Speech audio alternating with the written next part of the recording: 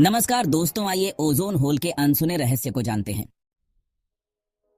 अक्टूबर 1982 Antarctica के बर्फीले तूफानों के बीच मौजूद एक रिसर्च स्टेशन में साइंटिस्ट जोसेफ फरमन कुछ मेजरमेंट्स ले रहे थे। ये धरती के एटमॉस्फेयर में मौजूद ओजोन की मात्रा नाप रहे थे एक मशीन का इस्तेमाल करके। अचानक से मशीन एक रीडिंग देती है जो बड़ी अजीब होती है। मशीन के अनुसार एटमॉस्फेयर में ओजोन की मात्रा 40% घट चुकी है नॉर्मल के कंपैरिजन में। जोसेफ इसे देखकर हैरान नहीं होते। उन्हें लगता है इतना अजीबोगरीब नंबर ओजोन लेवल्स 40% कैसे नीचे गिर सकते हैं। पक्का इस मशीन में कुछ गलती है। मशीन ढंग से काम नहीं कर रही है, बड़ी पुरानी हो चुकी है। वैसे भी उन्हें यह भी लगता है कि अगर सही में ओजोन की मात्रा इतनी नीचे गिरी होती तो पक्का नासा की हजारों सैटेलाइट्स घूम रही हैं, वो उसे पकड़ लेती। तो वो अपना सामान बांधकर वापस घर चले जाते हैं। अगले साल अक्टूबर 1983 में वो दोबारा से आते हैं। इस बार ही वो अपने साथ एक नई मशीन लेकर आते हैं और फिर से मेजरमेंट लेते हैं।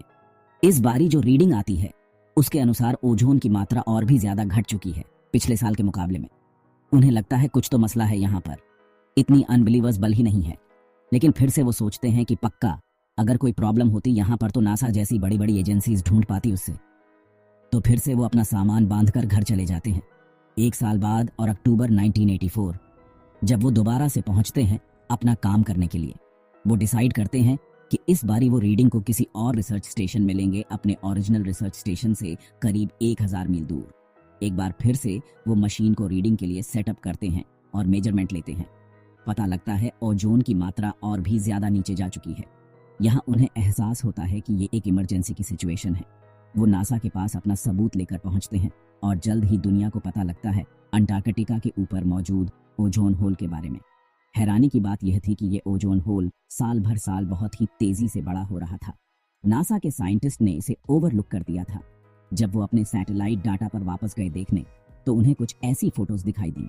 साल 1979 बिल्कुल नॉर्मल, 1980 और 1981 थोड़ा सा कुछ ब्लू ब्लू दिखने लगा, 1982 एक प्रॉपर होल दिखने लगा, 1983 ये होल और बड़ा हो गया और अगले साल 1984 ये होल इतना बड़ा बन चुका था। दुनिया भर में इस खबर को लेकर हल्ला मच जाता है। अगर इसी तरीके से ओजोन खत्म होती रही एटमॉस्फेयर से तो ये एक भयानक इवेंट होने वाला है। धरती पर मौजूद सारे प्लांट्स, एनिमल्स और इंसानों के लिए खतरे की घंटी बज रही है। ओजोन खत्म हो गई तो मानो जिंदगी खत्म हो जाएगी धरती से। और जिस रेट से ये होल बड़ा हो रहा था, इसे देखकर प्रेडिक्ट किया जा रहा था कि साल 2050 तक ओजोन लेयर पूरी खत्म हो जाएगी। इससे पहले हम कहानी में आगे बढ़े दोस्तों, उसके पहले ओजोन लेयर को थोड़ा समझते हैं। ओजोन एक गैस है, जैसा आपने स्कूल में भी पढ़ा होगा। इसका केमिकल फार्मूला O3 है, जहां दूसरी तरफ ऑक्सीजन का केमिकल फार्मूला O2 होता है। ओजोन का एक मॉलिक्यूल 3 ऑक्सीजन के एटम से बनता है। लगभग 600 मिलियन साल पहले की बात है दोस्तों कि धरती पर एक ओजोन लेयर का जन्म हुआ था। यह अर्थ की एटमॉस्फेयर में एक जोन है जो करीब 15 से 35 किलोमीटर ऊपर है धरती के सरफेस से। धरती पर मौजूद 90% ओजोन इसी एरिया में पाया जाता है। सरफेस से करीब 32 किलोमीटर ऊपर ओजोन की सबसे ज्यादा कंसंट्रेशन पाई जाती है, जो कि है 0.0015%। कोई इतना बड़ा नंबर नहीं है। बहुत कम मात्रा में गैस एक्चुअली में पाई जाती है एटमॉस्फेयर में, लेकिन इतनी छोटी मात्रा ही बहुत जरूरी है धरती के लिए। ओजोन एक्चुअली में ऑक्सीजन से ही बनता है। जब सूरज की अल्ट्रावायलेट रेडिएशन आकर ऑक्सीजन के मॉलिक्यूल से टकराती है, एक बड़ा सिंपल केमिकल रिएक्शन यहां पर होता है। अल्ट्रावायलेट रेडिएशन की वजह से ऑक्सीजन का जो मॉलिक्यूल है उसमें ऑक्सीजन के एटम्स एक दूसरे से स्प्लिट हो जाते हैं और ये अलग हुए एटम्स जब ऑक्सीजन के मॉलिक्यूल से मिक्स होते हैं तो ओजोन की फॉर्मेशन होती है। O2 + O = O3। अब यहाँ पर एक कांस्टेंट साइकिल है जो बार बार देखने को मिलती है। अक्सर ओजोन का मॉलिक्यूल भी उस ऑक्सीजन के एक एटम से टकरा जाता है और दोबारा से ऑक्सीजन की फॉर्मेशन हो जाती है। इन दोनों रिएक्शंस की एक साइकिल चलती रहती है और इस पूरी साइकिल को चैपमैन साइकिल करके बुलाया जाता है। ये नाम रखा गया है साइंटिस्ट सिडनी चैपमैन के ऊपर, जिन्होंने इस केमिकल रिएक्शन को एक्सप्लेन किया था पहली बार मई 1929 में। इस रिएक्शन को फोटो डिसोसिएशन या फोटोलिसिस बोलते हैं। फोटो यानी लाइट और डिसोसिएशन मतलब स्प्लिट अप होना, लाइट की वजह से एटम्स का स्प्लिट अप होना। ओजोन लेयर मैनली जानी जाती है दोस्तों हमको सूरज की हार्मफुल अल्ट्रावायलेट यानी यूवी रेडिएशन से बचाने के लिए। यूवी रेज की वजह से हमें सनबर्न्स हो सकते हैं, हमारा इम्यून सिस्टम कमजोर पड़ सकता है, कैटरेक्ट्स हो सकते हैं और स्किन और आंखों का कैंसर हो सकता है। अब आप यहां पर शायद सोचोगे कि अगर ओजोन का काम है यूवी रेस से हमें बचाना, तो हम सनस्क्रीन क्यों लगाते हैं अपने आप को यूवी रेस से बचाने के लिए? इसके पीछे कारण बड़ा इंटरेस्टिंग है। सूरज की तरफ से एक्चुअली में ऑलमोस्ट हर वेवलेंथ की रेडिएशन निकलती है। पूरे इलेक्ट्रोमैग्नेटिक स्पेक्ट्रम में ऑलमोस्ट हर तरह की रेस सन से निकलती है। इसमें चाहे आपकी विजिबल लाइट हो जो 380 नैनोमीटर से लेकर 700 नैनोमीटर के बीच में होती है, या फिर यूवी रेज हो, गामा रेज हो और एक्स रेज हो। ये तीनों रेज वैसे हार्मफुल कैटेगरी में आती है क्योंकि ये आयनाइजिंग होती है और इनका लॉन्ग टर्म एक्सपोजर इंसानों के लिए बहुत हार्मफुल होता है। ये हमारे शरीर को चीर के अंदर जा सकती है और डीएनए को बदल सकती है। अब अल्ट्रावायलेट रेंज में भी यूवी रेज की 3 अलग अलग कैटेगरी होती है। यूवी ए जो 315 से 400 नैनोमीटर की वेवलेंथ है, यूवी बी जो 280 से 315 नैनोमीटर और यूवीसी जो 100 से 280 नैनोमीटर। यूवीसी का जो वेवलेंथ है वो सबसे छोटा है, तो ये सबसे खतरनाक है। फिर यूवीबी और फिर यूवीए। अब हमारी ozone layer X rays, gamma rays और यूवी रेडिएशन को मैनली रोकती है धरती पर पहुंचने से। यूवीबी रेडिएशन जो होती है वो सिर्फ पार्शियली अब्सॉर्ब करी जाती है हमारी ओजोन लेयर के द्वारा, और यूवी ऑलमोस्ट बिल्कुल भी नहीं कर जाती, वो पास थ्रू कर जाती है ओजोन लेयर्स। इसलिए जो सनस्क्रीन्स होती हैं दोस्तों, वो हमें यूवीए और इस बची कुची यूवीबी रेडिएशन से बचाती है। ज्यादातर सनस्क्रीन एक्चुअली में सिर्फ यूवीबी रेडिएशन से आपको प्रोटेक्ट करती है। इसलिए कहा जाता है कि हमेशा एक ब्रॉड स्पेक्ट्रम सनस्क्रीन खरीदा करो, ऐसी सनस्क्रीन जो आपको यूवीए प्लस यूवीबी दोनों रेडिएशन से बचाए। वैसे यहाँ यूवी रेडिएशन डाटा के कलेक्शन और एनालिसिस में डेटा साइंस ने एक बड़ा रोल निभाया है, जिसकी मदद से साइंटिस्ट को पता चला कि एग्जैक्टली किस वेवलेंथ से क्या हार्मफुल इफेक्ट हमारी स्किन पर देखने को मिलता है। और इसी डेटा एनालिसिस का इस्तेमाल किया गया अलग अलग कंपनियों के द्वारा सनस्क्रीन की फॉर्मुलेशंस बनाने में भी। यह पता करना कि एग्जैक्टली कौन से इंग्रेडिएंट्स के किन कॉम्बिनेशन से बेस्ट प्रोटेक्शन मिलेगी हमें अल्ट्रावायलेट रेडिएशन से।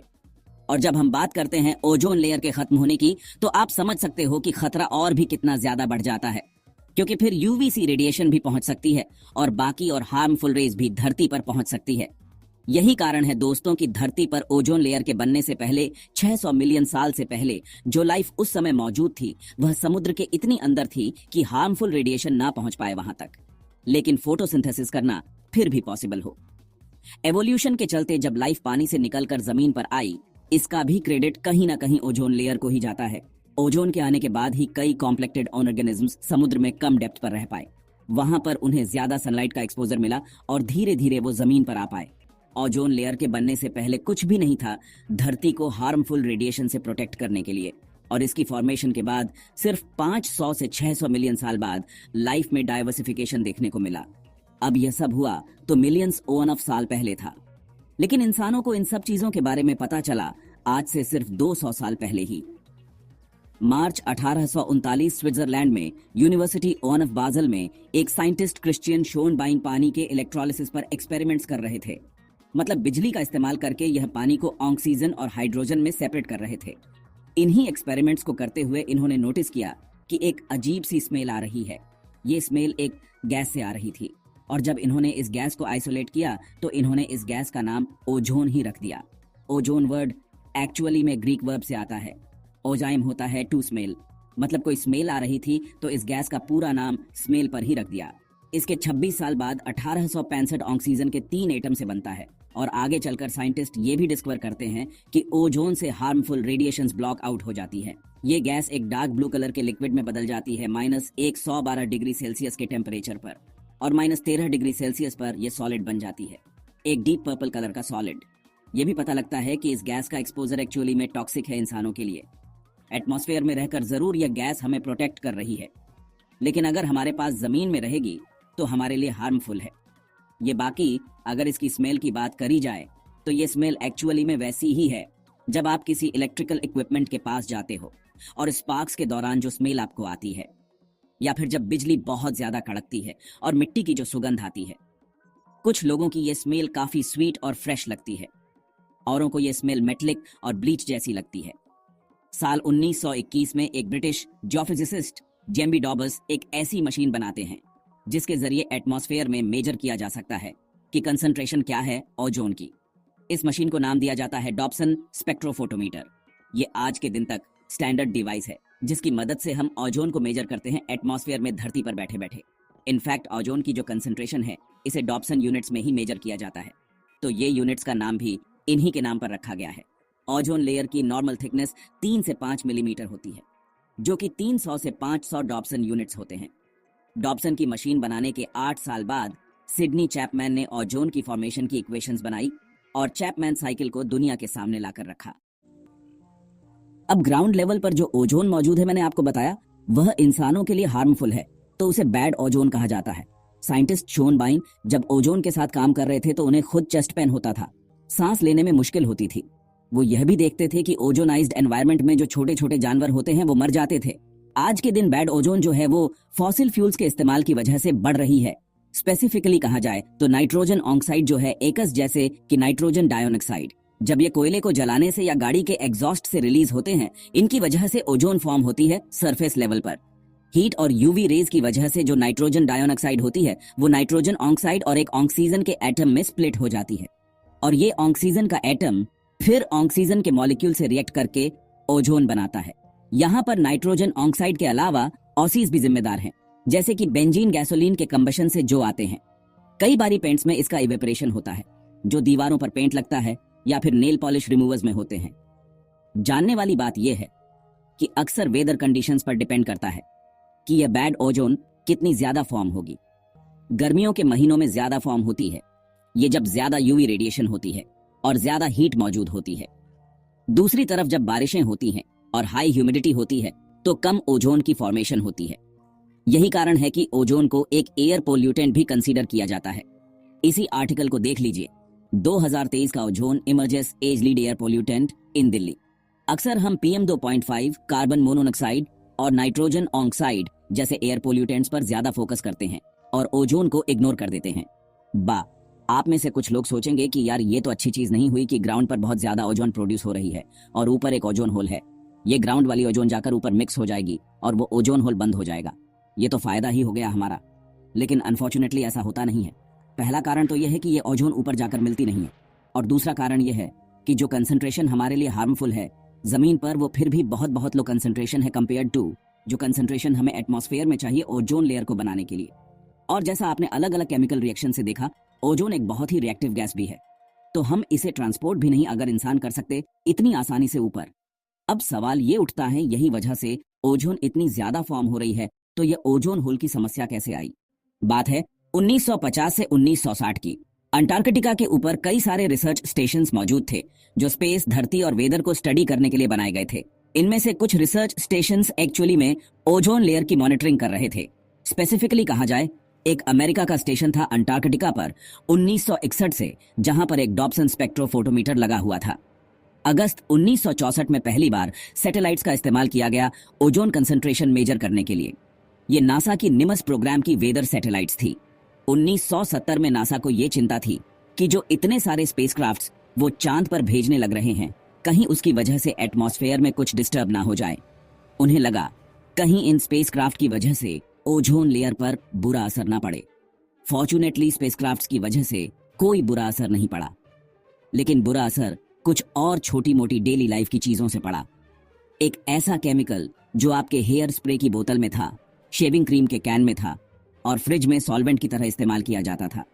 इस केमिकल की कैटेगरी को हम बुलाते हैं क्लोरोफ्लोरोकार्बन्स यानी CFC। जून 1974 में एक कंट्रोवर्शियल साइंटिफिक पेपर पब्लिश किया गया इन 3 साइंटिस्ट के द्वारा, जिसे नोबेल प्राइज मिला। इस साइंटिफिक पेपर में दिखाया इन्होंने कि कैसे CFC की वजह से एटमॉस्फेयर में मौजूद ओजोन खत्म हो रही है। इन साइंटिस्ट ने वार्निंग दी कि 40 से 150 सालों का लाइफ स्पैन होता है CFC का, और इनमें पोटेंशियल है पूरी तरीके से ओजोन लेयर को खत्म करने की। इन साइंटिस्ट का बहुत मजाक बना इस पेपर के आने के बाद। कुछ लोगों ने इस पर बिल्कुल यकीन नहीं किया, कहा कि ये क्या नॉनसेंस है, ऐसे थोड़ी होता है। उस पॉइंट ऑन ऑफ टाइम तक CFC बड़े ही आम केमिकल्स बन चुके थे।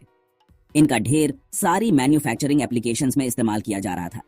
CFC का एडवांटेज ये था कि ये धरती पर काफी स्टेबल होते थे, लेकिन प्रॉब्लम यह थी कि एटमॉस्फेयर में जाकर जब ये सन की रेडिएशन से टकराते तो ये क्लोरीन रिलीज कर देते हमारी एटमॉस्फेयर में, और क्लोरीन गैस के रिलीज करने के बाद एक बड़ा ही खतरनाक रिएक्शन होता।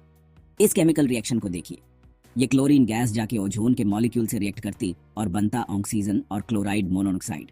और जैसा मैंने चैपमैन साइकिल में बताया था, साइक्लिक रिएक्शन ऑलरेडी हो जा रहा था, तो ऑक्सीजन के इंडिविजुअल एटम्स प्रेजेंट थे एटमॉस्फेयर में वहां पर, और ये क्लोरीन मोनोऑक्साइड जाकर ऑक्सीजन के इस एटम से रिएक्ट करता और देता ऑक्सीजन और दोबारा से क्लोरीन। इन दो रिएक्शंस के मायने समझ रहे हो दोस्तों। क्लोरीन ओजोन से रिएक्ट करता है और दूसरे रिएक्शन के बाद आउटपुट में दोबारा से क्लोरीन निकलता है और ऑक्सीजन निकलती है। यानी वो जो क्लोरीन दोबारा से निकल रहा है वह फिर से ओजोन से रिएक्ट कर सकता है, जिससे फिर से ओजोन खत्म हो जाएगी और क्लोरीन प्रोड्यूस होगा। ये एक बड़ा ही खतरनाक लूप बन गया है। एक क्लोरीन का एटम हजारों ओजोन मॉलिक्यूल को खत्म कर सकता है। आगे कुछ साइंटिस्ट ने एक्सपेरिमेंट्स किए साइंटिफिक पेपर की सच्चाई पता लगाने के लिए, तो पता चला कि ये बात तो सच है। इन सीएफसी में मौजूद एक क्लोरीन का एटम इतना भयंकर इंपैक्ट डाल रहा है हमारी ओजोन लेयर पर। लेकिन साइंटिस्ट ने फिर भी एस्टिमेट किया कि अगर चीजें ऐसी ही चलती रहीं तो सीएफसी की वजह से 2 से 4% ओजोन लेयर खत्म हो जाएगी बाय द ईयर 2099।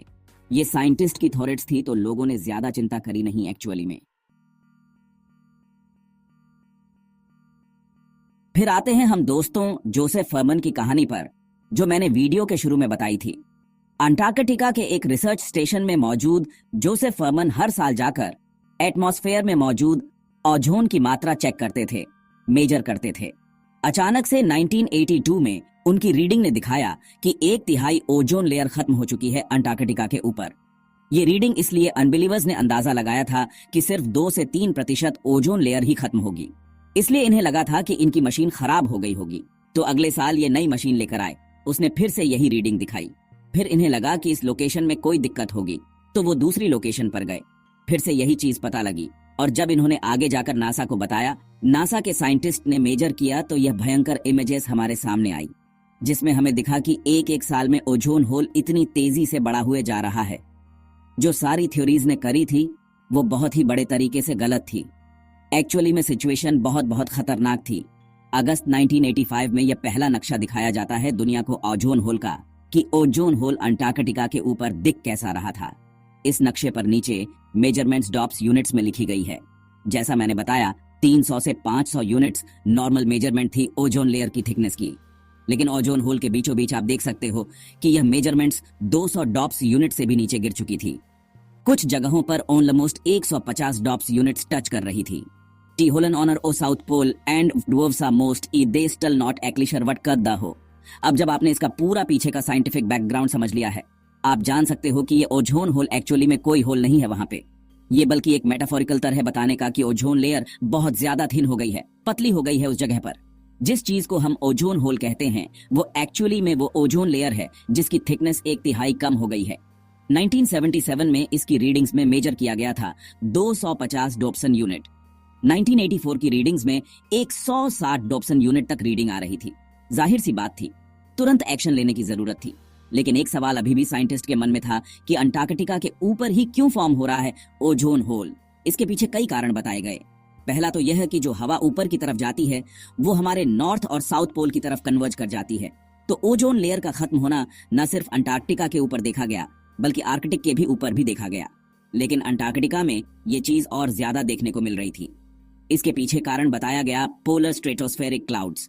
ये एक तरीके के बादल हैं जो अंटार्कटिका के ऊपर देखने को मिलते हैं। इन क्लाउड्स की ड्रॉपलेट्स में नाइट्रिक और सल्फ्यूरिक एसिड्स का मिक्सचर होता है और क्लोरीन और ब्रोमीन जैसे केमिकल्स जो हैं वो एक्चुअली में इन ड्रॉपलेट्स की सरफेस पर रिएक्ट करते हैं ओजोन को तोड़ने के लिए।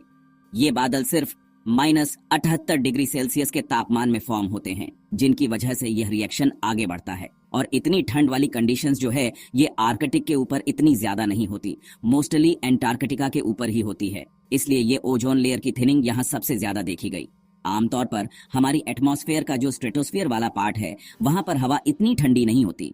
स्टार्टिंग पॉइंट पर एवरेज टेम्परेचर -51 डिग्री सेल्सियस होता है और टॉप पर एवरेज टेम्परेचर -1 डिग्री सेल्सियस हो जाता है। इसके बाद टेम्परेचर तभी बढ़ता है जब और हाइट बढ़ती है। तो यही कारण है कि अंटार्कटिका सबसे ज्यादा वल्नरेबल था इस थ्रेट को लेकर। लेकिन इस पूरी कहानी में अच्छी खबर यह है कि पॉलिटिशियन की तरफ से तुरंत एक्शन लिया जाता है। 1985 की इस फाइंडिंग के बाद अगले साल 1986 में ही यूनाइटेड नेशंस की तरफ से नेगोशिएशन शुरू हो जाती है। एक ट्रीटी को बनाने का काम शुरू किया जाता है दुनिया भर में सीएफसी को बैन करने के लिए। साल 1987 में एक मटल प्रोटोकॉल बनाया जाता है जो फोर्स में आता है साल 1989 में। कमाल की बात यह थी कि दुनिया के इतिहास में यह पहली यूनाइटेड नेशंस की ट्रीटी बन जाती है जिसे दुनिया का हर एक देश साइन करता है। सारी 198 मेंबर कंट्रीज यूनाइटेड नेशंस की इस ट्रीटी को रेट फिट किया जाता है। एचएफसी के द्वारा, हाइड्रोफ्लोरोकार्बन्स के द्वारा, जिनका एक बुरा असर नहीं पड़ता ओजोन लेयर पर। 1990 में ही एक्शन लेना शुरू कर दिया जाता है देशों के द्वारा। सीएफसी का यूज कम होने लगता है। फिर भी साल 2000 में सबसे बड़ा ओजोन होल देखने को मिलता है जो ऑलमोस्ट 30 मिलियन स्क्वायर किलोमीटर में फैला था। ये इसलिए क्योंकि एक्शन लेने में और उसका इम्पैक्ट दिखने में थोड़ा डिले होता है, लेकिन पॉजिटिव रिजल्ट्स इसके जल्द बाद दिखने शुरू हो जाते हैं। सीएफसी कंसंट्रेटेंस थी 1980 में दुनिया भर में। 2014 में ये नीचे गिरकर सिर्फ 156 मेट्रिक टन पर बच जाती है। 99% सीएफसी दुनिया के सारे देश मिलकर एलिमिनेट कर देते हैं। ये इंसानियत के इतिहास में अभी तक की सबसे बड़ी अचीवमेंट है। शायद 5 से 10 सालों के अंदर अंदर प्रॉब्लम को आइडेंटिफिकेशन ने उसके सॉल्यूशन पर एक्शन लेना शुरू किया और आज इसका रिजल्ट हमें देखने को मिल रहा है। ओजोन होल छोटा हुए जा रहा है। जनवरी 2023 में रिलीज की गई यूनाइटेड नेशंस के रिपोर्ट के अनुसार अगले 40 सालों में चीजें वापस नॉर्मल हो जाएंगी और ओजोन होल पूरी तरीके से खत्म हो जाएगा। इन्होंने प्रोजेक्ट किया है कि साल 2040 तक ओजोन लेयर 1980 के लेवल पर वापस आ जाएगी। 2 साल पहले एक और स्टडी करी गई थी जिसने पता लगाया सीएफसी के बैन किए जाने से हमने भारी क्लाइमेट चेंज के इफेक्ट्स को भी कंट्रोल में किया है। अगर सीएफसी को अभी तक यूज किया जाता तो जो दुनिया भर में तापमान है वो एडिशनल 2.5 डिग्री सेल्सियस से और बढ़ जाते हैं 1999 तक। साल 2016 में हाइड्रोफ्लोरोकार्बन्स यानी एचएफसी को भी list on off controlled substances की लिस्ट में डाला गया। अगले 30 सालों में एचएफसी को भी फेज आउट करने की कोशिश करी जा रही है। ऐसा इसलिए क्योंकि एचएफसी ग्रीन हाउस गैसेस है जो कार्बन डाइऑक्साइड से 1000 गुना ज्यादा इफेक्टिव है हीट ट्रैप करने में। तो इवन दो एचएफसी का कोई बुरा असर ओजोन होल पर नहीं पड़ता, लेकिन इनका बुरा असर क्लाइमेट चेंज में देखने को मिलता। अगली सबसे बड़ी प्रॉब्लम जो दुनिया फेस कर रही है आज के दिन वह है क्लाइमेट चेंज की। और एक बार फिर से सभी लोगों को और सभी सरकारों को यूनाइटेडली एक्शन लेने की जरूरत है इस प्रॉब्लम से डील करने के लिए भी। आपकी क्या राय है यहां पर नीचे कमेंट्स में लिखकर बताइए। अगर यह वीडियो पसंद लाइक कर अपने दोस्तों को जरूर सेंड करिएगा। धन्यवाद।